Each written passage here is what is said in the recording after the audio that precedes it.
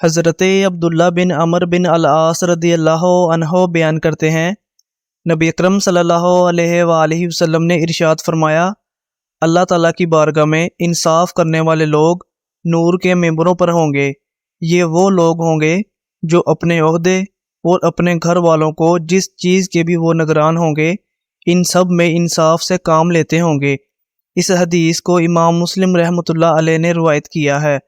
حضرت عوف بن مالک رضی اللہ عنہ بیان کرتے ہیں، میں نے نبی اکرم صلی اللہ علیہ وآلہ وسلم کو یہ ارشاد فرماتے ہوئے سنا، تمہارے سب سے بہترین حکمران وہ ہیں جس سے تم محبت کرو اور وہ تم سے محبت کریں، تم ان کے لیے دعائے رحمت کرو اور وہ تمہارے لیے دعائے رحمت کریں، اور تمہارے سب سے برے حکمران وہ ہیں جنہیں تم ناپسند کرو اور وہ تمہیں ناپسند کریں، تم ان پر لعنت کرو اور وہ تم پر لعنت کریں۔